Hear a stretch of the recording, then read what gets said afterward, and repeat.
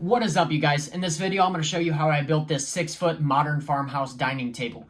I'm going to walk you through the steps all the way from A and all the way up to Z, and I'm going to give you my best tips and tricks along the way, so you don't want to miss a beat. So let's get out to the shop and let's get this thing going.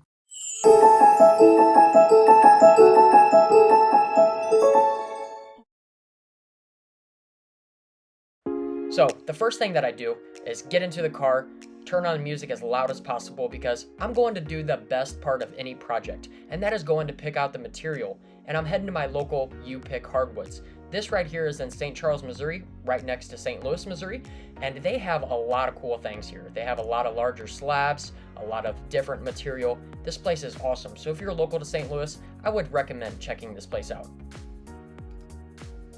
And then after spending a good hour or so looking at different species of wood, I'm here for red oak. And I got 6-quarter red oak. I got about 35 board foot. I had a little bit extra so I could always keep for my stockpile back from my shop. Now this is my buddy's shop. He has a larger joiner. I don't have an 8-inch joiner, and he has the helical head on the Laguna 8-inch joiner. This thing cuts like a dream. Now after getting back to my shop, it was time for me to put these marks on here. And what these marks do is ensure that everything stays nice and flat. So after I ran all the boards through the joiner, I put the pencil marks on there, and then you can see all the low spots. So if there's any pencil marks left, that means you got a low spot. So keep planing until all the pencil marks are gone.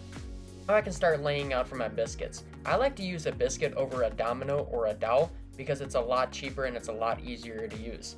I also like to do that because a tabletop doesn't need any additional strength. The glue between each board is actually in fact harder than the wood itself.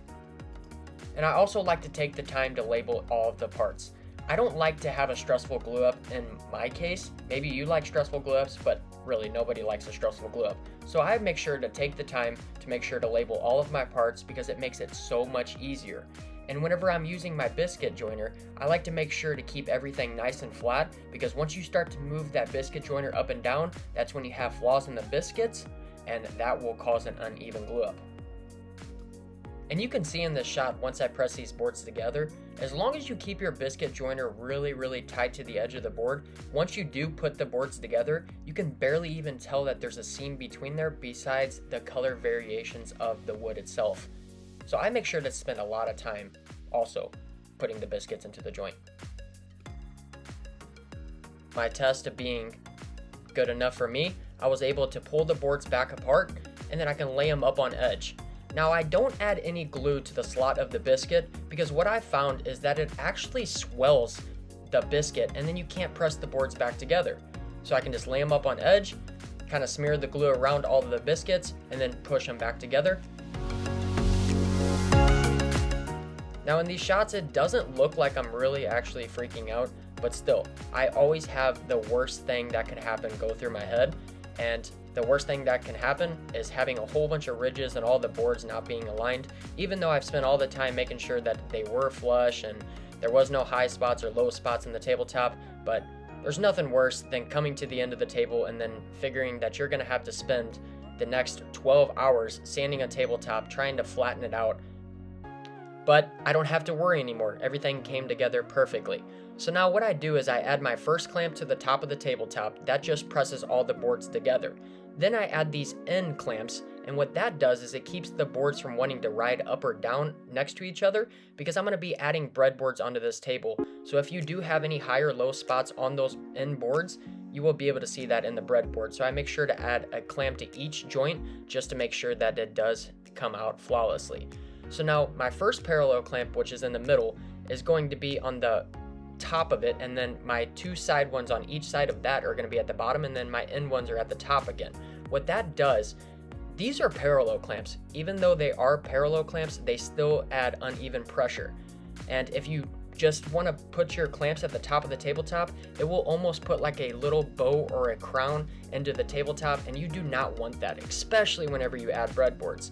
So now I can remove my clamps and begin cutting the tabletop down to size. So what I do is I take my square and add it to the edge of the table, and then I take my track saw track and I run that down that edge, and then I can go ahead and pull my numbers off of that edge and cut my other side down to where it's supposed to be. So it's also really not ideal to be using this kind of blade. It's a plywood blade on my track saw. it worked out really well. I was kind of nervous about it, so I just took it nice and slow, and I got a really good finish. Perfect for those breadboards. So my breadboards are put on a little different than other people do. Some people you like to use a router. I just like to use my domino machine. It works out really good, and it actually does make some pretty incredibly strong breadboards. So what I'm doing is I'm laying out my first breadboard location. I'm gonna put that one in the very center. Then I'm gonna pull an inch from each side, and then I'm gonna split the difference from the center to those end 1 inch marks and put a center in that location. It's gonna lead me with 5 holes or mortises, whichever you wanna call it. The center mortise is gonna be a tight mortise. And also along the tabletop is gonna be also a tight mortise. Then on the breadboard, the only one that is gonna be tight is the center location. The 4 other holes are gonna be loose to allow for expansion and contraction of the wood. And like I said, I like to use my domino machine because this makes of quick work, and I like to use the really long dominoes, so you will get tons of strength out of this. Now I can go ahead and start clamping up the breadboards to the table. I really don't use these clamps for anything besides table bases and actually installing my breadboards. I do wish I had some of those extensions for the Bessie parallel clamps, but I don't, so I have to make do with what I have.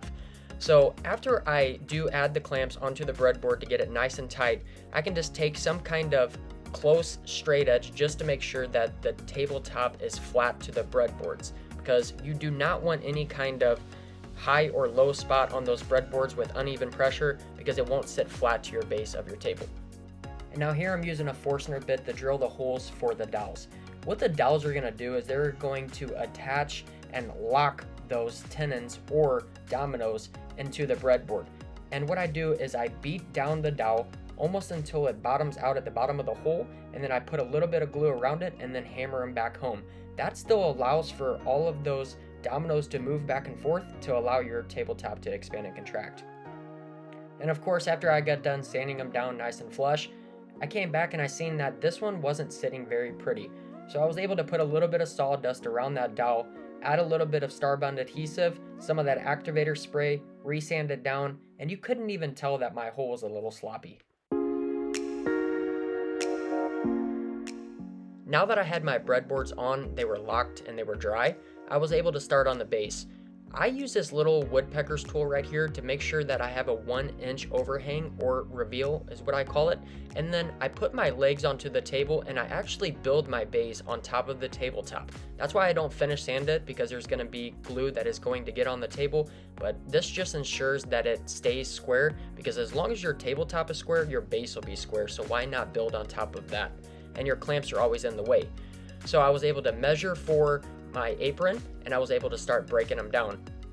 And I used my circular saw. And before you ask why I used a circular saw instead of my miter saw, is because these boards had a lot of cup, twist, warped, any kind of bad that you can think of had wrong with these. So after I milled them down, I was able to chop them down to the right size on my miter saw. And I should probably add some dust collection, because there was a lot of dust that just came out of there. But once I hooked it up, it was all good and dandy. So now I'm able to cut my stretchers. I cut my stretchers together as a pair, my 2 longer sides and my 2 shorter sides. This just ensures that the tabletop comes out perfect. And the quickest way to have an unsquare table is to have wrong size aprons for each side. So now I was able to add the mortises into the apron. Now I offset my mortises on the table legs from the apron by 1 step up. What this does is it gives me a nice reveal from the apron to the table leg. I don't like them to be flush. This just adds a nice little touch, and it just looks really good. You can see this in the next clip right here if you look close. You can pause this video and look at what I'm talking about, but the leg and the actual apron is not flush together, and that's what gives you that nice little shadow line. And then I'm able to take my aprons over to my workbench, add a quick round over, sand it. I'm not going to show you a lot of clips of that because nobody wants to see that. And then I can start doing the glue up. Of course, more glue ups and more stress, especially with these table legs, because they were super expensive. And I don't want to have to buy them twice, which I did actually mess up. I just didn't get that on film because I was actually in a really bad mood that I messed them up, but I did a quick patch and you'll never even know. So after adding all of the dominoes into the joints, I was able to clamp them together, check for square, which honestly, for the first time in history, They actually all came out perfect and I didn't have to do any kind of weird clamping on these legs, which was really nice and actually felt pretty good. Now, after I glued up my 2 smaller sides, I was able to glue those 2 smaller sides to my longer sides of the table base. And now you can see as to why I glue up the table base on the tabletop, because then I can align each leg, which I'm pointing there, to that leg, which is also onto the edge of that. So if the tabletop is square, it will make your base square as long as you follow 2 sides. That's just how math works. I don't know what kind of math that is, but it's math. And I despise math. But we'll save that for a different day. And now we can add the corner braces. The corner braces really do help keep the table stabilized because these legs will be kicked to crap over the years. And you wouldn't think that a little corner brace like this would do that much, but as soon as you put them on, you can really feel that the legs get a lot more solid. And I just attached those with glue and screws into the apron. And the center stretcher will be just with pocket hole screwed with glue that is right in the center of the apron. And now I'm just adding an 1/8 inch round over to everything, all the sides, the corners, and then I come back through with a piece of 220 sandpaper just to make sure that all the edges are nice and crispy and smooth. And then of course I had to skip a little bit of the sanding because you guys did not want to watch that because it took forever to sand to 220, but I finally got it and I was able to add the stain. And I chose General Finishes Gray. It's the first time I've ever actually used this brand of stain before. I've always used the cheaper brands from the big box stores, and I gotta say that this more expensive stain is a lot better. And then I was able to spray 3 coats of Surfacer, which is pretty much just a primer, but just in their term. And then I was able to add 3 coats of the white lacquer. I did sand to 220 between each coat of the actual Surfacer and the lacquer itself.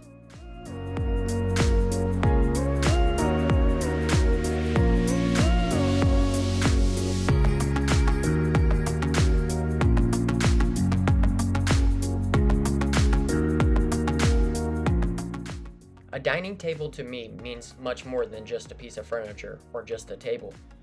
This dining table is going to be used and made for many memories for years to come. It feels so great to be able to build a piece of furniture that can incorporate that into someone else's life.